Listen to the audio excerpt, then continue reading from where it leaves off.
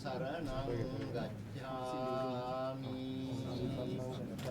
द्वितीयं गच्छामि तृतीयंपि धम्मं शरणं गच्छामि तृतीयंपि संघं शरणं गच्छामि तृतीयंपि धम्मं शरणं गच्छामि ගරු හිටපු ජනාධිපතිතුමා අපේ පස්වන විධායක ජනාධිපතිතුමා මහින්ද රාජපක්ෂ මැතිතුමා ඒ වගේම මැතිණිය ඇතුළු ඒ වගේම ජාතික සංවිධායකතුමා අපේ ගරු ලේකම්තුමා ඇතුළු සියලු දෙනාගේම අවසරයි උදේ පාන්දර සුබ උදෑසනක් වේවා කියලා ප්‍රාර්ථනා කරනවා. අපි ඉස්සෙල්ලාම පොදු ජන පෙරමුණේ කාර්යාලයේ වැඩ ආරම්භ කරන වෙලාව. ඉතින් ඒක නිසා විශාල පිරිසක් සහභාගී වෙලා ඉන්නවා. ඒ සහභාගී වෙලා ඉන්නේ අලුත් අවුරුද්දට වැඩ පටන් ගන්න. ඒක නිසා අපි ප්‍රාර්ථනා කරනවා විශේෂයෙන්ම මේ රට ඉතාමත් ගුණගරුක ඒ වගේම විනයගරුක සංස්කෘතියක් අනුව ගොඩනැගුණු රාජ්‍යයක්. ඒක නිසා ගොඩාක් දෙනාට අමතක වෙලා තියෙන මේ සංස්කෘතිය.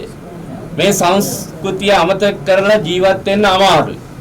අපි දෙමළ මුස්ලිම් සිංහල අපි සියලු දෙනාම ජීවත් වෙන්නේ මේ බෞද්ධ සංස්කෘතිය ඇතුලේ පය ගහලා අපි මොන ආගම ඇදහුවත් අපිට ඕන ඒවා මේ සංස්කෘතිය ඇතුලේ කරන්න අමාරුයි. හේතුව තමයි මේ බෞද්ධ සංස්කෘතිය තුළ තියෙන හික්මීම ඒ වගේම විනය ඒ සියල්ල මේ රට ආරක්ෂා කරන්න හැමදාමත් ඒක නිසා.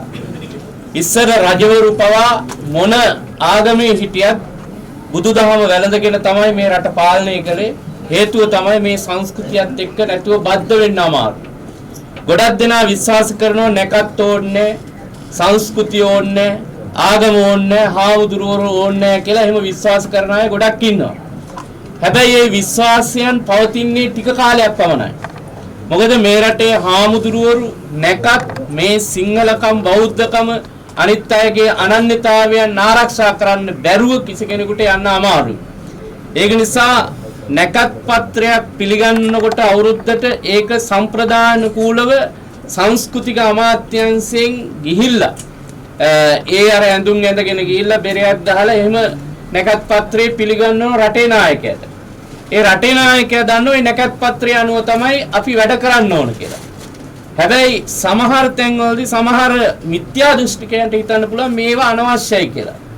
එහෙම හිතන තාක්කල් රටකට හරියන්නේ නැහැ. ඒක නිසා අපි කියන්නේ රටක් හැදෙන්න නම් මේ සංස්කෘතියේ තියෙන ඒ අංගෝපාංගයන් පිළිබඳව හොඳ අවබෝධයක් තියෙන්න ඕන. ඒ අවබෝධයෙන් යුක්තව කටයුතු කළොත් විතර අපිට ඉස්සරහට යන්න පුළුවන්. ඒක නිසා ඔබතුමා අපි දන්න ඔබතුමා ඒ සියල්ලට ගරු කළා. ඒ සියල්ල ආරක්ෂා කිරීමට වැඩ කටයුතු කළ නායකයෙක් තමයි මහින්ද රාජපක්ෂ මැතිතුමා. ඒක නිසා අපි විශ්වාස කරනවා අතීතයේ හිටපු නායකයෝ රජවරු දිහා බලාගෙන පාලකයෝ හැදෙන්න ඕන. එහෙම නැතුව තමන්ම පමණයි මේකේ පාලකයා කියලා හිතාගෙන වැඩ කරන්න ගියොත් කවදාවත් හරියන්නේ නැහැ. ඒක නිසා මේ රටට වරදින්නේ එහෙම වුණා. ඒක නිසා මම විශ්වාස කරනවා මිනිස්සු අතින් වැරදි වෙන්න පුළුවන් ඒවා නිවැරදි කරගෙන ආපහු යන්න පුළුවන්. ඒක තමයි අපි අවුරුද්ද කියලා කියන්නේ. තරහ මරා තියෙන ඒවා සේරම අඩු කරගෙන අපි ඕනෑම නයි වෛරයෙන් හිටත් අල්ලපු ගෙදර මිනිස්සයාට කතා කරලා ඉවරලා බුලත් අතක් දීලා කෑම පිඟානක් දෙන සිංහලකමක් තියෙනවා බෞද්ධකමක් තියෙනවා. අල්ලපු ගෙදර මිනිස්සයා කොච්චර තරහ වුණත් අවුරුද්දට අපි යනවා. ගිහිල්ලා ඒ මිනිස්සයා යාළු කරගන්නවා. ඒක තමයි මේ අවුරුද්දේ තියෙන සුවිශේෂත්වය. ඒක නිසා වෛරේ වපුරන්නේ නැතුව අර මිනිස්සයාට මේ මිනිස්සයාට ගහන්න නැතුව මම දැක්ක පොගේ දවස්වල ඔබතුමාගේ පින්තූරයක් දාලා පිටරට ඉන්න එකෙක් වෙඩි තියන දර්ශනයක් තියෙනවා. ඉතින් ඔබතුමාට LTT එකකින් වෙඩි තියන්න උත්සාහ කළා හරි ගියේ නෑ.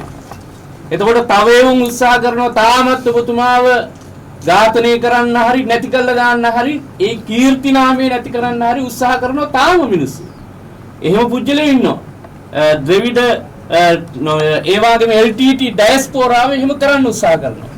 ඉතින් ඒකටම අනුබල දෙමින් සමහර මිනිස්සු එහෙම කරනවා. මම දැක්කා ගරු දැනට වර්තමාන ජනාධිපතිතුමාගේ රුව හා සමාන රුවක් ඇඳලා ඇහැ තියෙන තරංගයක් කියලා. ඒකත් වැරදි.